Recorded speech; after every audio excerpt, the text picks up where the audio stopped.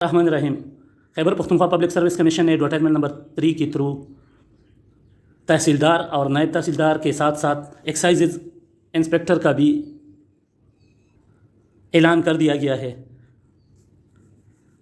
Apply आप लोग online कर सकते हैं इसके लिए, और लास्ट डेट 20 जुलाई है। ऑनलाइन अप्लाई KPPSC की वेबसाइट के थ्रू की जाती है, और इसके लिए फ़ीस जनरल रिक्रूटमेंट जितनी है, मतलब 530 रुपये आप लोग इजी पैसा या जेस कैश के थ्रू जमा कर सकते हैं और अप्लाई कर सकते हैं। इस वीडियो में मैं आप लोग को तहसीलदार, नायब तहसीलदार और एक्साइज इंस्पेक्टर के पूरी सिलेबस को सही तरीके से समझाने की कोशिश करूँगा। 17 post, 9 post of tehsildar BPS 16 and 8 post of नायब तहसीलदार BPS 14 in revenue and establishment department KVK। इसके लिए BABC 14 year qualification second division में रिक्वायर्ड है। एज बेशक हमने 21 से 30 तक लिखी है, मगर रिमेंबर ये PMS या CSS की तरह फिक्स एज नहीं है। अगर आप लोग 35, 36, 38 साल तक भी है, 39 साल तक, तो आप लोग इजीली अप्लाई कर सकते हैं। 10 साल एज रिलैक्सेशन आप लोग ले सकते हैं। इसके लिए एक प्रोसीजर है, पहले आप लोग टेस्ट पास करें तो प्रोसीजर आप लोगों को खुद पता चल जाएगा। मतलब KPPSC खुद आप लोग को एज रिलैक्सेशन दे सकती है। इसके अलावा जो अपना प्रोविंशियल सेक्रेटरीट है उधर से भी ले सकते हैं, इदारे से, एस्टेब्लिशमेंट डिपार्टमेंट से भी ले सकते हैं। इसका एक प्रोसीजर होता है, मतलब एज लिमिट इतना बड़ा मसला नहीं है। तहसीलदार की इनमें जो जनरल कोटा है जिसमें मेल फीमेल दोनों आते हैं, इस पर मेरिट पे 2 है, जोन 1, 2 दोनों से, जोन 1, 2, 4 और 5 सबसे एक है, और जोन 3 से कोई नहीं है तहसीलदार के लिए। अलबत्ता जोन 3 वाले अप्लाई कर सकते हैं। वो अप्लाई करेंगे तो उनका अप्लाई सिर्फ नायब तहसीलदार के लिए काउंट होगा। बेशक मेरिट पे 2 है, मगर इसमें जोन 3 वाले एलिजिबल नहीं होंगे, क्योंकि जोन 3 का कोटा ही नहीं है। तो ये मेरिट जो बाकी 4 है इन्हीं में तकसीम होगा। डिसेबल कोटा के लिए 1 है और माइनॉरिटी के लिए 2 है। नायब तहसीलदार के लिए वैकेंसियाँ जो हर जोन से एक है, जोन 1, 2, 3 और 5 से एक है, जोन 4 से कोई नहीं है। तो लिहाजा अगर जोन 4 वाला अप्लाई करता है तो उसकी सिर्फ तहसीलदार के लिए काउंट होगी, नायब तहसीलदार के लिए उसकी वैकेंसी काउंट नहीं होगी। एक बात और, आप लोग जो एप्लीकेशन अप्लाई करते हैं, जो फीस सबमिट करते हैं, जो रजिस्ट्रेशन करते हैं, तो आप सीरियल नंबर के लिए करते हैं। तो सीरियल नंबर 1 में तहसीलदार और नायब तहसीलदार दोनों आते हैं, तो लिहाजा आपके एक अप्लाई पे दोनों के लिए, एक फीस सबमिशन पे दोनों के लिए अप्लाई हो जाएगी। आप जब एग्जामिनेशन देंगे तो दोनों के मेरिट में अलग अलग आपका नाम आएगा। नायब तहसीलदार का वुमेन कोटा 1 है। वुमेन, रिमेंबर, वुमेन जनरल में भी अप्लाई कर सकती है, और वुमेन कोटा इनका अपना एक्स्ट्रा कोटा होता है। माइनॉरिटी के 2 है और डिसेबल के 1। एक और बात यह कि जो 30 post of excise and taxation inspector की अनाउंस हो गई है, तो आप लोग ने एक ही एग्जामिनेशन देना है। तो मतलब आप लोग ने एक तैयारी करनी है, नायब तहसीलदार और एक्साइज एंड टैक्सेशन इंस्पेक्टर की। ये excise and taxation inspector I think पहले था भी, ये 15 में था, तो ये भी बड़ी बात है। भी ये 16 में है, मैं पहली बार देख रहा हूँ। तो 16 में स्केल के लिए आप लोग एक ही एग्ज़ाम दे के 3 जो डिफरेंट टाइप ऑफ पोस्ट है उसके लिए आप शॉर्टलिस्ट हो सकते हैं। मतलब तैयारी आप लोग की एक हो जाएगी। 2-3 महीने की आप जो एक इंतहाई टफ तैयारी करेंगे वो इकट्ठी करेंगे, एक एग्ज़ाम में देंगे एक, क्योंकि इसके लिए BA second division, BABC second division की क्वालिफिकेशन रिक्वायर्ड है।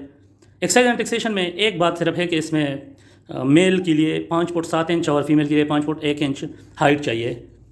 5 फुट 7 और 5 फुट 1 ये बिल्कुल कॉमन सी है। जो कॉमन बंदे इसी में आ जाते हैं, जो थोड़े ज़्यादा छोटे कद के होते हैं वो इनसे निकल जाते हैं। और ये चेस्ट जो इन्हें दी है ये भी बिल्कुल कॉमन सी है, जो इंतहाई अगर पतला बंदा ना हो तो ये नॉर्मल लोगों की होती है। 34, 33 एज लिमिट इन्होंने 20 to 32 बताया है, मगर मैंने बताया कि एज इतना ज़्यादा मैटर नहीं करता। आप लोग अप्लाई करें और टेस्ट पे तवज्जो रखें। इसमें मेरिट पे 6 है, जोन 1 से 4 है, जोन 2 से 4 है, जोन 3 से 3 है, जोन 4 से 3 है, और जोन 5 से 3 बंदे। फीमेल कोटा 4 और माइनॉरिटी के 3। इसके जो इंस्ट्रक्शन है उसमें ख़ास बात यह है कि आप लोगों ने करेक्ट अप्लाई कर दिया, और लेटर शेटर जो भी इनके करस्पॉन्डेंस होगी वो थ्रू इनके वेबसाइट के थ्रू ही होगी। और अगर आप लोग एज अपना कैलकुलेट करते हैं तो ये 1 जनवरी 2022 से काउंट होगा। जो एज रिलैक्सेशन देते हैं तो ये 10 साल एज रिलैक्सेशन देते हैं डिसेबल पर्सन को, विडोज़ को, डाइवर्स को, गवर्नमेंट सर्वेंट्स को, इनको 10 साल, और बाकी जो लोग हैं उनको 3 साल, जितने कास्ट्स है जिनको एलिजिबल है एज रिलैक्सेशन, मतलब ये ट्राइबल एरिया के है या बाकी जितने उन्होंने कहे हैं। और माइनॉरिटी के लिए भी 5 साल इन्होंने लिखा है। तो ये सब पोस्टों के लिए ये एज रिलैक्सेशन जो आती है वही सेम है बस।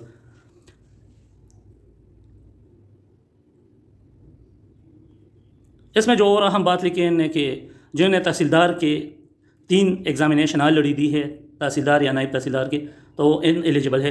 कम्पिटिटिव एग्ज़ाम में चांसेस होते हैं, जो बाकी 1 पेपर MCQs वाले एग्ज़ाम होते हैं उसमें कोई चांसेस नहीं होते। मतलब आप लेक्चरार के एग्ज़ाम तब तक दे सकते हैं जब तक आप एलिजिबल है, जब तक आपकी एज एलिजिबल है, या बाकी जितने असिस्टेंट डायरेक्टर या ऑफिस असिस्टेंट वगैरह की या कंप्यूटर ऑपरेटर की पोस्ट आती है उसमें कोई चांसेस नहीं होते। मगर इसमें तहसीलदार नायब तहसीलदार जो रिटन एग्ज़ाम होते हैं इसमें 3 चांसेस होते हैं।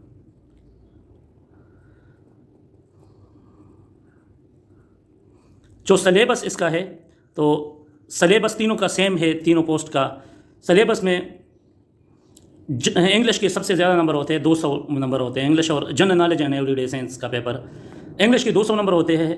सही एक कंप्लीट सा टफ पेपर होता है जिसमें मतलब इंग्लिश की सब कुछ होते हैं। इंग्लिश का ऐसे होता है कोई 30 या 50 नंबर का, precis writing usages of idioms बहुत ज़्यादा आते हैं। बाकी जितने इंग्लिश की रिक्वायर्ड चीज़ें होते हैं जो CSP में इस पेपर में होते हैं वो सारे इसमें आते हैं। मतलब ट्रांसलेशन हो गई।